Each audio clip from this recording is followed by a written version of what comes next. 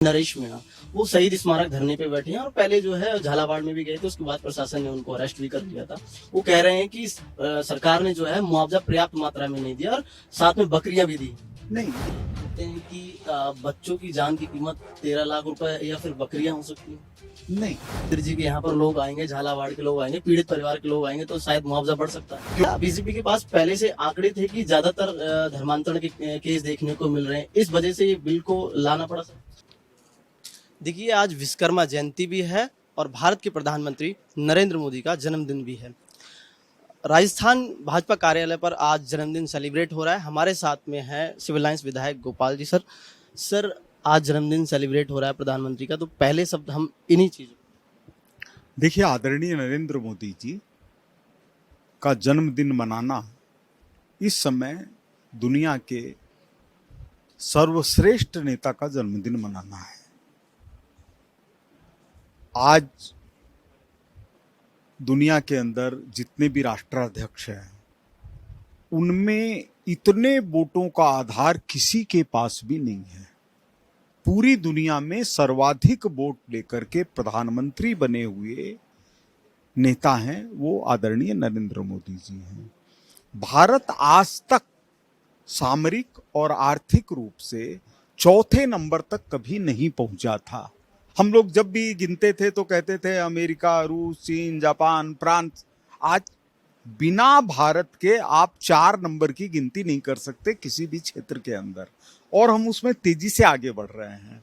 तो इसलिए एक नया देखने में ये आ रहा है कि आज मोदी जी का जन्मदिन सारा देश मना रहा है।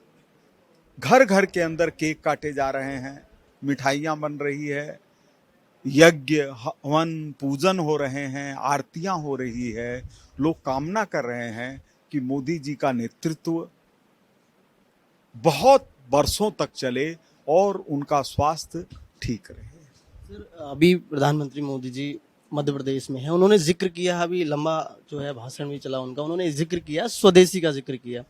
तो हम जब स्वदेश की बात करते हैं, लेकिन प्रधानमंत्री जी अभी जस्ट कुछ ही दिन पहले चाइना भी गए थे, तो हमारा माल वहां से भी एक्सपोर्ट हो रहा है। अभी अमेरिका और हमारे भारत के जो बीच में कई रिश्तों में खटास भी आई थी, उसको देख कर क्या कहेंगे कि स्वदेशी हम अपना भी रहे हैं, लेकिन हम चाइना से भी माल एक्सपोर्ट इम्पोर्ट। देखिए, इसको इस रूप में देखना चाहिए कि जो भी हमारे देश के आत्मीय नेता स्वतंत्रता संग्राम के दौरान हुए, चाहे वो महात्मा गांधी हो, चाहे मदन मोहन मालवीय हो, चाहे बाल गंगाधर तिलक हो, चाहे अरविंद घोष हो, चाहे डॉक्टर हेडगेवार जी हो, इन लोगों ने हमेशा एक बात कही कि हम एकजुट होकर और स्वदेशी के आधार पर ही देश को आगे बढ़ा सकते हैं। मोदी जी वो जो काम अधूरा था, देश को राजनीतिक आजादी मिल गई लेकिन एक तो बंटवारे के रूप में मिली और दूसरी सांस्कृतिक आजादी नहीं मिली, उसको पूरा करने में मोदी जी लगे हुए हैं। तो उन्होंने दिल से एक आवाज उठाई है, हमारा किसी से इंपोर्ट हो रहा हो, किसी से ही एक्सपोर्ट हो रहा हो। जैसे किसी की तबीयत खराब हुई, अचानक उसको हॉस्पिटल में ले गए, लेकिन हॉस्पिटल से आते समय उनके पिताजी ने कहा अपने बेटे को कि देखो अभी भले इलाज करवा लें, जब तक फलानी लत नहीं छोड़ोगे तब तक ठीक होने वाले नहीं हो। तो जो चल रहा है वो चल रहा है, लेकिन आदरणीय मोदी जी ने ये संदेश दे दिया कि स्वदेशी के आधार पर ही देश आगे बढ़ सकता है, और यह इस रूप में दिया है। आप देखिए, 7 बार उन्होंने नारे लगवाए। कोई प्रधानमंत्री, भारत जैसे देश का प्रधानमंत्री लोगों के गले उतार देना चाहता है कि गर्व से कहो ये स्वदेशी है, गर्व से कहो ये स्वदेशी है, गर्व से कहो ये स्वदेशी है। तो ये जो भावना है वो भावना उस व्यक्ति को जगाने की है जो 150 करोड़ भारतीय धरती से जुड़े हुए हैं, और मोदी जी की इच्छा है कि हमारा देश अगर स्वदेशी पर आधारित हो जाए तो हमको किसी की तरफ देखने की जरूरत नहीं है। सर, अभी विपक्ष में एक बड़ा हंगामा किया जब बीजेपी वहां पर सदन में एक बिल लेके आई। वो बिल था धर्मांतरण विरोधी बिल। विपक्ष ने बड़ा हंगामा किया, लेकिन बाहर भी देखा जाए तो बड़ा हंगामा हो रहा है इस बिल को लेकर के। क्या बीजेपी के पास पहले से आंकड़े थे कि ज्यादातर धर्मांतरण के केस देखने को मिल रहे हैं, इस वजह से ये बिल को लाना पड़ा? सर नहीं, धर्मांतरण का हथियार की जगह ये कहना चाहिए कि धर्म परिवर्तन करने का हथियार मुगलों ने अपनाया। उसने ये सोचा कि भारत को ताकत के बल पर अगर हमने एक बार हरा भी दिया, हमारे राजाओं को पराजित भी कर दिया, तब भी जब तक इनकी अपनी आस्था जिंदा रहेगी तब तक इनको हम पराजित नहीं कर सकते। तो आप ये देखिए, राम, कृष्ण, भगवान शंकर, इनसे जुड़े हुए स्थलों को तोड़ने का काम, और केवल इन्हीं को नहीं, 12 ज्योतिर्लिंगों को तोड़ने का काम, अपने यहां बगल में सिवाड़ तक, ये काम क्यों हुआ? अलाउद्दीन खिलजी क्यों जालोर तक पहुंचा? क्यों उसने जालोर को जलाया? क्यों उसने पाली को झुकाया? क्यों वो गुजरात तक पहुंचा? केवल इसलिए कि इनकी आस्था के ऊपर चोट कैसे पहुंचाई जाए। और उन्होंने केवल तोड़ने तक सीमित नहीं रखा, बल्कि सोमनाथ के मंदिर को जब तोड़ा गया तो उसको मस्जिद के अंदर बदल दिया गया। तो जब लोकतांत्रिक सरकार हमारी बनी, हमारी अपनी सरकार बनी आजादी के बाद, तो सबसे पहले सरदार पटेल ने कहा कि अब जय श्री सोमनाथ होगा। तो यह जो जय श्री सोमनाथ का होना है, इसका मतलब है कि केवल राजनीतिक रूप से सत्ता नहीं बदली है, बल्कि हमारी आस्था के जो केंद्र हैं उनकी आराधना करने के लिए हम स्वतंत्र हैं। लेकिन सर वो कह रहे हैं कि लोग अब हमारी आस्था पर भी तो रोक है। अगर कोई भी चीज़ काम करना चाहेंगे, शादी करना चाहेंगे, कुछ भी करना चाहेंगे, तो पहले हमें कलेक्ट्रेट में बात करनी पड़ेगी, 90 दिन के लिए पूछताछ होगी। देखिए, किससे शादी करेंगे? तो आप अपनी, जैसे कोई मुसलमान है, धर्म पर जैसे कोई मुसलमान है, वो अपनी चचेरी बहन तक से शादी करता है तो भी कोई रोक नहीं है। उनके अपने जो सिस्टम उनका बना हुआ है उसमें वो कुछ भी करें, उनको कोई दिक्कत की बात नहीं है। लेकिन जब आप किसी बच्ची को धर्म परिवर्तन करवा कर, लव जिहाद करके अगर अपनी पत्नी बनाना चाहते हैं तो आपको कानूनी कार्रवाई करनी पड़ेगी। दुनिया भर के अंदर बिना कॉन्ट्रैक्ट के कोई शादी नहीं हो सकती। तो हम दूसरे धर्म की लड़की को उसका धर्म परिवर्तन करके और हम शादी करना चाहते हैं तो आपको कानूनी कार्रवाई तो पूरी करनी चाहिए। एक सोशल मीडिया पे बड़ा जिक्र चल रहा है, जैसे अभी जीएसटी का प्रधानमंत्री मोदी जी ने कहा कि 22 सितंबर से नवरात्रों से जीएसटी कम हो जाएगी। लेकिन सर बड़ा जिक्र चल रहा है सोशल मीडिया पे कि पहले जीएसटी बढ़ाई थी, महंगाई का झटका दिया, अब जो है जीएसटी कम कर रहे हैं, उसके फायदे बता रहे हैं। हाँ, ये जो बात है ना, ये मैंने जैसे कहा ना कि केवल आलोचना करना ही अगर हमारा मकसद है तो हम कुछ भी कर दें।